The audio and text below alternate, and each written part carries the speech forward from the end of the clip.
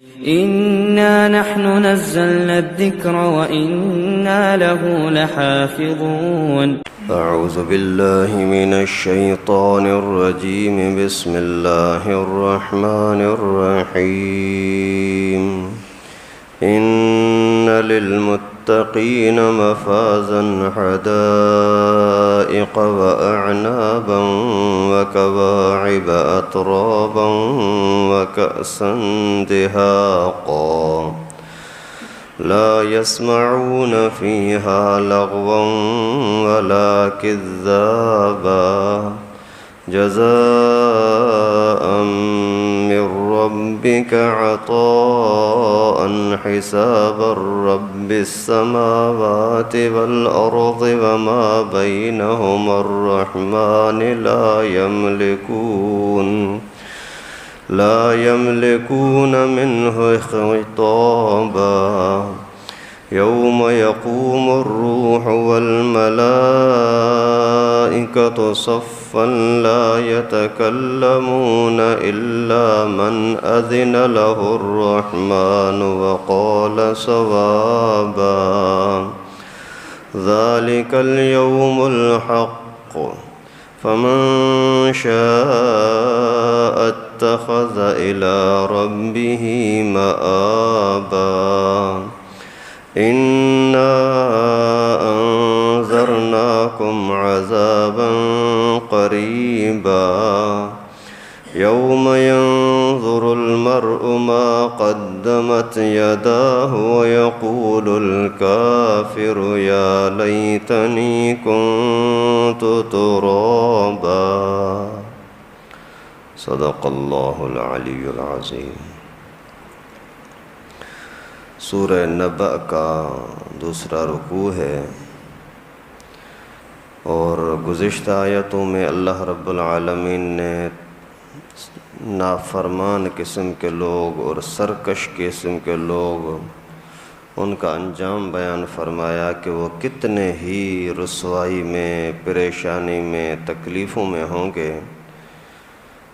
اور یہاں سے آگے ان لوگوں کا تذکرہ ہے، بیان ہے جو دنیا میں رہتے ہوئے ہر وقت اللہ کا خوف رکھتے ہیں، اللہ تعالیٰ کی، رسول اللہ کی، دین کی باتیں سن کر مان کر زندگی گزارتے ہیں. ان کو کیا ملے گا اس کا تذکرہ اللہ رب العالمین نے فرمایا. اصل یہ بات سمجھ لیں کہ جنت اللہ کی نعمت ہے، ہمارے اعمال کا بدلہ نہیں ہے. ہمارے اعمال زیادہ سے زیادہ ہوں، کتنے بھی زیادہ ہوں تو زیادہ زیادہ یہ کہا جا سکتا ہے کہ ابھی یہ عذاب کا حقدار نہیں ہے بس. لیکن اللہ تعالیٰ عذابوں سے ہمیں بچا لے، پھر جنت کی نعمتیں عطا فرمائے، یہ خالص اللہ کا احسان ہے. ورنہ آدمی اگر اپنے عمل کو دیکھے نا تو ہمارے عمل اس لائق نہیں ہیں کہ جو دنیا میں ہمیں نعمتیں ملی ہیں ان کا کوئی بدلہ ہم دے سکیں. بدلہ دینا تو دور، ہم ان کا شکریہ بھی ادا نہیں کرتے اللہ تعالیٰ کا کہ اللہ تو نے اتنا کچھ ہمیں دیا، یہ تیری مہربانی، اتنا بھی ہم نہیں کرتے. لیکن اس کے باوجود اللہ رب العالمین ہمیں انسانوں کو ان کے اخلاص کی وجہ سے، اعمال کی وجہ سے اپنی رحمت اس کے لیے اتنی وسیع فرما دیتے ہیں کہ عذابوں سے بھی بچا لیا اور جنت بھی عطا کر دی. کیا ملے گا، کس کو ملے گا، کس طرح ملے گا، وہ خود اللہ رب العالمین نے یہاں بڑے پیارے انداز میں بیان فرمایا. ان للمتقین مفازا، یقیناً تقوی والے لوگوں کے لیے کامیابی ہے. تقوی والے لوگ، کئی مرتبہ آپ کو اس کی وضاحت تشریح بتلائی ہے، جس کو ہر چیز میں اللہ تعالیٰ کا خوف ہو. یار یہ میں کاروبار کروں، پتہ نہیں اللہ تعالیٰ اس میں ناراض ہیں یا راضی. اگر میں کسی اچھے آدمی کے ساتھ دوستی رکھوں تو اللہ تعالیٰ راضی یا ناراض. کسی برے آدمی کے ساتھ، مشرک کافر قادیانی کے ساتھ دوستی رکھوں تو اللہ تعالیٰ راضی یا ناراض. میں یہ جو کھانا اپنے گھر میں اس طرح کا کھاتا ہوں، اس طریقے سے بیٹھ کر کھاتا ہوں، اس انداز سے کھاتا ہوں، یہ عمل اللہ تعالیٰ کو پسند یا ناپسند؟ اس طرح سے ہر چیز میں یہ سوچنا، غور کرنا کہ اللہ کی رضا کیا ہے، یہ ہے تقویٰ۔ اسی طریقے سے ایک صحابی سے پوچھا گیا کہ حضرت تقویٰ کیا ہے؟ فرمایا جب جھاڑیوں والے، کانٹوں والے راستے میں آپ جاؤ تو وہاں اپنے کپڑوں کو کس طرح سے سمیٹ کے رکھتے ہو، سنبھل کر چلتے ہو کہ آپ کے کپڑے اسی کانٹوں میں پھنس نہ جائیں، کوئی کانٹا آپ کے جسم کو چبھ نہ جائے، کوئی پاؤں میں نہ آ جائے، آپ کہیں ادھر ادھر دیکھتے نہیں، ساری نظر تمہاری اسی راستے پر ہوتی ہے، کانٹوں پر ہوتی ہے، اپنی حفاظت پر ہوتی ہے۔ اسی کا نام ہے تقویٰ۔ آپ دنیا میں جو رہتے ہو نا، تو اپنے دین کے راستے کو پکا پختہ کر دو، کہیں ادھر ادھر بھٹکنا نہیں، ورنہ تم گمراہ ہو جاؤ گے اور شیطان کے پنجے میں آ جاؤ گے۔ یہ ہے تقویٰ۔ پھر اللہ تعالیٰ نے فرمایا کہ تقویٰ والے لوگوں کے لیے کامیابی ہے۔ ابھی تقویٰ اندر کا نام ہے، دل کے ایک اللہ تعالیٰ کے ساتھ تعلق کا نام ہے تقویٰ۔ تو کسی کا تعلق زیادہ ہوتا ہے، کسی کا کم ہوتا ہے۔ وہی نماز ہیں، 100 بندے پڑھ رہے ہیں، کسی کی توجہ اللہ تعالیٰ کی طرف زیادہ ہے، کسی کے کاروبار کی طرف توجہ ہے، کسی کے گھر کی طرف توجہ ہے۔ کوئی بندہ تو نماز پڑھتے ہوئے بھی گناہوں کی طرف توجہ کرتا ہے کہ میں نماز کے بعد جا کر کے دکان میں یہ دکانداری میں لوٹوں گا اور کسی کو دھوکہ دوں گا، اور میں جا کر کے کسی لڑکی کو فون کروں گا اور یہ کروں گا، میسج کسی کا آیا ہوگا۔ اس طریقے سے یعنی لوگوں کی توجہ اللہ تعالیٰ کی طرف کتنی ہے، اس کے اندر فرق ہوتا ہے۔ تو پھر متقی لوگوں کے لیے جنت ہو تو بھی ان کے اندر فرق ہوگا، کوئی بڑے درجے پر، کوئی چھوٹے درجے پر۔ حدائق و اعنابا، باغات بھی ملیں گے، انگور بھی ملیں گے، وکواعب اترابا، اور نوجوان ہم عمر لڑکیاں بھی ملیں گی، وکأسن دہاقا، پینے کے پیالے چھلکتے ہوئے بھرے وہ بھی ملیں گے، لا یسمعون فیہا لغوا ولا کذابا، نہیں سنیں گے وہاں کوئی لغو بیہودہ باتیں، نہ ہی کوئی جھوٹ۔ جزاء من ربک عطاء حسابا، یہ سارا بدلہ ہوگا تیرے رب کی طرف سے اور پورا کا پورا حساب کے ساتھ بدلہ دیا جائے گا۔ اللہ تعالیٰ نے فرمایا کہ متقی لوگوں کے لیے کامیابی ہے۔ کیا کامیابی؟ باغات بھی ملیں گی، لڑکیاں بھی ملیں گی، انگور بھی ملیں گے، کھانے پینے کی چیزیں بھی ملیں گی، جھگڑے بھی نہیں ہوں گے۔ دنیا کے اعتبار سے آدمی جب سوچتا ہے تو چاہت یہی ہوتی ہے کہ میرے پاس ہر طرح کی نعمتیں ہوں۔ سب سے پہلے نمبر پر میرا گھر اچھا ہو تو شادی کروں، اچھا گھر ہوگا تو کوئی بڑے گھرانے کی، عزت والے گھرانے کی لڑکی ملے گی۔ تو اللہ تعالیٰ نے سب سے پہلے اسی کا تذکرہ کیا کہ تمہارے لیے کامیابی ہے، جو چاہو گے ہو جائے گا۔ پھر کھانے پینے کے لیے آدمی رزق روزی میں پریشان ہوتا ہے، کاروبار بڑا ہو تاکہ مجھے خرچہ کرنا آسان ہو جائے۔ وہ بھی اللہ رب العالمین نے فرمایا کہ چھوٹی موٹی چیزیں نہیں، باغات تمہیں ملیں گے۔ صرف فروٹ آپ کے پاس پہنچے ایسا نہیں، پورے کے پورے ہزاروں یعنی ایکڑ کے اور کلومیٹر کے بڑے باغات ہوں گے تمہارے لیے، اور اعنابا، انگور کے باغات بھی ہوں گے۔ یہاں اللہ تعالیٰ نے باغات کا تذکرہ کیا، باغ میں تو سارے باغ آ گئے نا، کوئی بھی ہو، لیکن پھر انگور کا تذکرہ خصوصاً کیا۔ علماء نے لکھا ہے کہ انگور کے اندر مردانہ طاقت دنیا کے اعتبار سے بہت زیادہ ہے۔ جو بندہ مردانہ طاقت کے حساب سے کمزور ہو وہ انگور زیادہ کھائے، بھوک کے ٹائم پر خصوصاً، کسی بھی ٹائم پر کھائے تو فائدہ ہے، لیکن کھانا کھانے سے پہلے اگر آدمی انگور کھائے اور ان کو زیادہ چبا کر کے کھائے تاکہ اس کی کھال بھی پوری اندر پیٹ میں نہ جائے، اچھی طرح سے وہ پس کر کے پھر پیٹ میں جائے۔ اس کے اندر جو طاقت ہے مردانہ لحاظ سے وہ بہت زیادہ ہے۔ تو اللہ رب العالمین نے پھر اسی انگور کا خصوصاً تذکرہ کیا کہ دنیا میں جس چیز کو تم زیادہ قیمتی سمجھتے ہو نا، وہ چیزیں بھی میں تمہیں عطا کروں گا۔ اور انگور کے جو باغ ہوتے ہیں وہ دیکھنے میں بڑے خوبصورت ہوتے ہیں۔ تو اسی یہ بھی اشارہ ہے کہ وہاں باغات تو ہر طرح کے ہوں گے، لیکن آپ کو دیکھنے بھی مزہ دیں گے۔ وَكَوَاعِبَ أَتْرَابًا، جب بنگلہ بھی اسپیشل ہے، گھر بھی VIP ہے، باغات بھی ہیں اور طاقت بھی ہے، تو پھر کس چیز کو آدمی چاہتا ہے؟ یہی چاہتا ہے کہ میری شادی ہو، لڑکی اچھی ہو، بیوی خوبصورت ہو اور جوانی کا ماحول ہو۔ اللہ تعالیٰ نے وہ بھی خود قرآن پاک میں فرمایا وَكَوَاعِبَ أَتْرَابًا، نوجوان لڑکیاں ہوں گی اور آپ کی عمر کے برابر ہوں گی۔ یہ بھی نہیں کہ تم سوچو کہ ارے ہم بوڑھے ہوں گے، آپ بوڑھے نہیں ہوں گے۔ یہ نہیں کہ میری بیوی کوئی بوڑھی ہو گئی ہے، کمزور ہو گئی ہے، نہیں، وہ بھی بوڑھی نہیں ہوگی، آپ کی عمر کی ہوگی۔ اور شاید کمزوری ہو، نہیں، کمزوری بھی نہیں ہے، دونوں کی جوانی رہے گی اور ہمیشہ کے لیے جوانی رہے گی۔ یہاں اللہ تعالیٰ نے جنت کی حور کا، جنت کی عورتوں کا، لڑکیوں کا نام لکھا ہے کواعب۔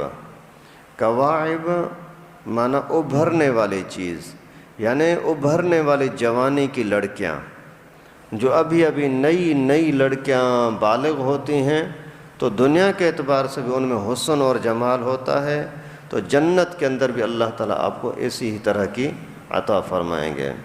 ایک اور معنی بھی کواعب کی معنی ابھرنا، کعبۃ اللہ کو بھی کعبن کہتے ہیں، کعبہ، اور پاؤں کے اندر جو ٹخنے ہیں ان کو بھی عربی میں بولتے ہیں کعبین، کعب۔ اور عورت کی جوانی کے جو چھاتی ہے، پستان، یہ بھی ابھرے ہوتے ہیں، ان کو بھی کواعب کہتے ہیں، کعب۔ تو اللہ رب العالمین نے فرمایا جیسے زمین کے اندر سب سے ابھرنے والی چیز کعبہ اور آپ کے پاؤں کے اندر ابھرنے والی چیز ٹخنا اور عورت کے اندر ابھرنے والی چیز چھاتی، اسی طریقے سے جوانی کے اندر ایسی جوانی والی ہوں گی جو اس سے بڑھ کر کے کوئی انسان کے اندر خوبصورتی کا زمانہ آتا ہی نہیں ہے۔ ایسے زمانے کی ایسی خوبصورتی والی لڑکیاں ہم آپ کو عطا کریں گے۔ دنیا کی شادی کے لیے یار میں کماؤں تو پھر میری شادی ہوگی، پہلے نہیں ہوگی، یہی ہوتا ہے، سارے یہی سوچتے ہیں نا۔ کہیں بھی رشتہ ہوتا ہے، بھائی کماتا کیا ہے، گھر کیسا ہے، سارے یہی چیزیں دیکھتے ہیں۔ تو اللہ تعالیٰ نے فرمایا کہ تمہیں گھر بھی میں دوں گا اور یہ سارا کچھ ملے گا۔ تو جب دنیا کی لڑکی لینے کے لیے، شادی کرنے کے لیے آدمی کئی سالوں تک محنت کرتا ہے کہ میں پیسے اکٹھے کروں، اس کو لاؤں، آ گئی، شادی ہو گئی، پھر بھی اس کے لیے کوئی آسانی نہیں ہے، پھر روزانہ کماتا رہے۔ پہلے فکر کم ہوتی ہے، شادی کے بعد فکر بڑھ جاتی ہے، لیکن مرنے دم تک اس کو کمائی میں لگے رہنا ہے، گھر کا خرچہ کرنا ہے۔ اور وہاں کی اس طرح کی حسین عورتیں کمانے کے لیے، اس طرح کے حسین ماحول کو حاصل کرنے کے لیے ہم فکر نہ کریں تو یہ کون سی عقل مندی ہے؟ جب دنیا کی لڑکی کو حاصل کرنے کے لیے، اس کو خوش کرنے کے لیے ہم اتنا ٹائم لگاتے ہیں کہ گھنٹوں کے گھنٹے مزدوری میں لگ جاتے ہیں کہ میرا گھر کا خرچہ پورا ہو، تو پھر جنت کی نعمتیں حاصل کرنے کے لیے کیوں محنت نہیں کرتے؟ اللہ تعالی ہمارے لیے آسانی فرمائے۔ وَكَأْسًا دِهَاقًا، یہاں پر حضرت شیخ عبدالحق رحمہ اللہ نے فرمایا کہ جب باغات بھی ہوں، طاقت بھی ہو اور ساتھ میں خوبصورت حسین جمیل ہم عمر جوانی کی لڑکی بھی ہو، تو پھر انسان کے اندر از خود مستی چڑھتی ہے کہ ہم اپنا حق ادا کریں۔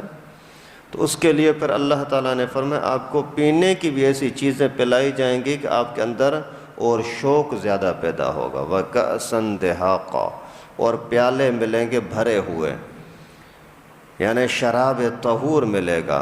دنیا میں آدمی مستی کرنے کے لیے شراب پیتا ہے، نشہ کرتا ہے، لیکن وہاں بھی آپ کو شراب ملے گا، لیکن وہ تمہیں نشے میں نہیں لائے گا، اس کی وجہ سے تمہارا دماغ خراب نہیں ہوگا، کیونکہ شراب کا نتیجہ دنیا میں گالیاں ہوتی ہے، بکواس کرتا ہے کہ بھائی یہ ابھی نشے میں، ابھی اس کو کیا بولیں۔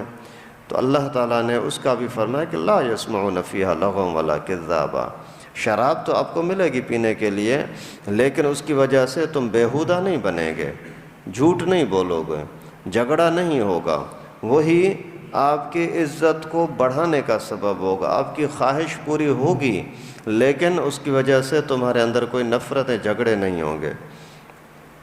یا اللہ ہر طرح کی نعمتیں دے رہا ہے، جزاء من ربک عطاء حسابا، یہ اللہ تعالیٰ کی طرف سے ہی بدلہ ہوگا، پورا پورا حساب کتاب کے ساتھ، یعنی اپنی رحمت کے حساب سے آپ کو بدلہ عطا کریں گے، اور یہ آپ سے واپس چھینی بھی نہیں جائیں گی۔ رب السماوات والارض، اس اللہ کی طرف سے ہوگا جو آسمانوں کا بھی رب ہے، زمین کا بھی، وما بینہما، اور جو کچھ ان دونوں کے بیچ میں ہے، زمین آسمان میں سورج چاند ستارے، یہ کھانے پینے کی چیزیں، زمین سے اگنے والی چیزیں، یہ ساری کی ساری چیزیں، ان کا مالک وہی اللہ، اس کی طرف سے الرحمن، وہی اللہ بڑا رحم والا ہے۔ لا یملکون منہ خطابا، کسی آدمی کو اللہ کے سامنے بات کرنے کی جرت بھی نہیں ہوگی۔ اتنا کچھ انعام ہوگا، احسان ہوگا، رحم ہوگا، لیکن اس کے باوجود کوئی آدمی مرضی چلائے کہ نہیں مجھے تو یہ جگہ چاہیے، میں تو اپنے بھائی کو، بیٹے کو، اپنے دوست کو جنت میں لے جاؤں گا، نہیں، ایسا نہیں ہو سکتا۔ وہاں پھر بھی اللہ رب العالمین کا جلال لوگوں کے سامنے ہوگا۔ یوم یقوم الروح والملائکۃ صفا، قیامت کے دن روح بھی، فرشتے بھی صف کے اندر کھڑے ہوں گے۔ لا یتکلمون، کسی کو بولنے کی جرت بھی نہیں ہوگی، الا من اذن لہ الرحمن، ہاں جس کو اللہ تعالیٰ نے اجازت دی وہ بات کر سکتا ہے، وقال صوابا، لیکن بات صحیح ہی کرے گا، وہاں کوئی جھوٹ، تہمت، الزام یا کوئی شرارت، اس طرح کی باتیں نہیں چل سکتی۔ اللہ تعالیٰ نے فرمایا کہ وہاں روح بھی کھڑا ہوگا سامنے، تو فرشتے بھی کھڑے ہوں گے۔ دنیا کے اندر ہم جو واقعات سنتے ہیں تو سب سے زیادہ طاقتور اللہ کی مخلوق میں فرشتے ہیں۔ جب فرشتوں کو اللہ تعالیٰ نے حکم دیا تو ابلیس کو بھی جکڑ دیا، ہر رمضان کے اندر شیطانوں کو بھی بند کر دیتے ہیں، ہم شیطان کو پکڑ بھی نہیں سکتے اور وہ ان کو پکڑ کر کے دیکھ بھی نہیں سکتے ہم، اور وہ ان کو زنجیروں میں پکڑ کر کے جزیروں میں ڈال دیتے ہیں، اتنی بڑی طاقت۔ اور جب کسی قوم کو تباہ کرنا چاہتے ہیں تو پتھر برسانا، ان کو مار دینا، یا پوری بستی کو اٹھا کر کے اور اوپر نیچے پٹک دینا، یہ ان کے لیے کوئی مشکل نہیں ہے، اتنی طاقتور ہیں، لیکن اس کے باوجود اللہ تعالیٰ کے سامنے عاجز کھڑے ہوں گے، کچھ کر نہیں سکیں گے۔ باقی یہاں ایک لفظ ہے یوم یقوم الروح، روح بھی سامنے کھڑا ہوگا۔ روح سے مراد کیا ہے؟ مفسرین کرام نے مختلف معنی کی ہیں۔ ایک تو یہ انسانوں کا روح، سانس، اس کو بھی اللہ تعالیٰ سامنے کھڑا کرے گا کہ دنیا میں کیوں مستیاں کرتا تھا، کیوں نافرمانی کرتا تھا۔ اسی طرح سے ایک روح کی معنی ہے حضرت جبرائیل، یعنی فرشتوں کا سردار، سب سے بڑا فرشتہ، وہ بھی اللہ تعالیٰ کے سامنے پیش ہوگا۔ تیسری معنی لکھی ہے کہ روح سے مراد لوگوں کے ذہن کی وہ طاقت جس کی وجہ سے وہ اللہ تعالیٰ کو چھوڑ کر کے دوسروں کی عبادت کرتے ہیں۔ انسان کے ذہن میں آتا ہے کہ مجھے رزق روزی کے لیے خدا چاہیے، پھر کوئی بت بنا دیتا ہے، کوئی اس کے لیے گائے کو خدا سمجھ لیتا ہے، کوئی سورج کو سمجھ لیتا ہے، کوئی پانی کو خدا سمجھ لے، کوئی کس کو، کوئی کس کو۔ تو اس کے ذہن کے حساب سے جو وہ طاقت ہے جو اس کی مشکلات کو حل کرنے والی طاقت ہے، وہ طاقت بھی قیامت کے دن اللہ تعالیٰ کے سامنے عاجز کھڑی رہے گی، کوئی بھی ہو۔ ذالک الیوم الحق، یہی برحق دن ہے۔ فمن شاء اتخذ الی ربہ مآبا، پھر جو چاہے اپنے رب کے پاس اپنا ٹھکانہ بنا لے، وہاں اگر بنگلہ چاہیے، محل چاہیے، باغات کی پلاٹنگ چاہیے، اور اسی طریقے سے پھر آپ کو حسین جمیل حوریں چاہیے، تو دنیا میں ہی محنت کرنی پڑے گی، دنیا میں ہی محنت کرنی پڑے گی۔ انا انذرناکم عذابا قریبا، اللہ تعالیٰ فرماتے ہیں ہم نے دنیا میں ہی آپ کو ڈرا دیا کہ قریب ہی عذاب آنے والا ہے، بچ کے رہو، بچنے کی کوشش کرو۔ یوم ینظر المرء ما قدمت یدا، اس دن سارا ریکارڈ نظر آئے گا آدمی کو، جو کچھ اس کے ہاتھوں نے کیا، جو کچھ عمل کیے سامنے ہوں گے۔ وَيَقُولُ الْكَافِرُ يَا لَيْتَنِي كُنْتُ تُرَابًا، کافر لوگ اس وقت کہیں گے ہائے افسوس، کاش کہ میں بھی مٹی بن جاتا۔ دنیا کے اندر تو آدمی انکار کے اندر، مستیوں کے اندر زندگی گزارتے ہیں نا، قیامت کے دن یہی بڑے بڑے سرکش بولیں کہ ہائے کاش ہم مٹی ہوتے۔ انسان بنتے ہی نہیں کہ حساب کتاب دینا پڑتا۔ اگر انسان بن گئے نا، پھر بھی ابھی آج بھی اللہ تعالی ہمیں مٹی بنا دے، بھلے جنت نہ ملے خیر ہے، لیکن جہنم میں نہ جائیں، مٹی بن جائیں، لیکن وہاں ان کا افسوس کسی کام کا نہیں ہوگا۔ حدیث مبارکہ میں آتا ہے کہ اللہ تعالیٰ کچھ جانوروں کو حساب کتاب کے لیے زندہ کریں گے۔ یعنی اگر کسی جانور نے، سینگ والے جانور نے بے سینگ جانور کے اوپر ظلم کیا ہوگا تو ان کو بھی زندہ کریں گے حساب کتاب کر کے، پھر ان کو مار دیں گے، وہ مٹی بن جائیں گے۔ اسی طریقے سے اگر کسی انسان نے کسی جانور کے ساتھ ظلم کیا ہے تو اس جانور کو زندہ کیا جائے گا، وہ گواہی دے گا اے اللہ اس نے میرے ساتھ ظلم کیا، پھر اسی کو سزا دے کر کے اور اس جانور کو پھر ختم کر دیا جائے گا، وہ مٹی بن جائیں گے۔ تو یہ کافر لوگ، ابلیس ہو، شیطان ہو، یا اس طریقے سے انسان ہو، وہ بھی ان دوسری چیزوں کو مٹی بنتے دیکھیں گے تو تمنا کریں گے ہائے کاش ہم بھی مٹی بن جاتے، لیکن وہاں پھر ان کا افسوس کا کوئی فائدہ نہیں ہوگا۔ اللہ تعالیٰ سے دعا ہے کہ اللہ پاک اپنے فضل سے ہمیں جنت کی نعمتیں عطا فرمائے، اپنے فضل سے جہنم کے عذابوں سے ہمیں محفوظ فرمائے۔ اللہ تعالیٰ اپنے فضل و کرم سے ہم سب کو جنت کے راستے پر چلنا آسان فرمائے۔ وآخر دعوانا ان الحمدللہ رب العالمین۔ لائک کریں ہمارے چینل کو اور سبسکرائب کریں اور بیل آئیکن کو دبانا نہ بھولیں۔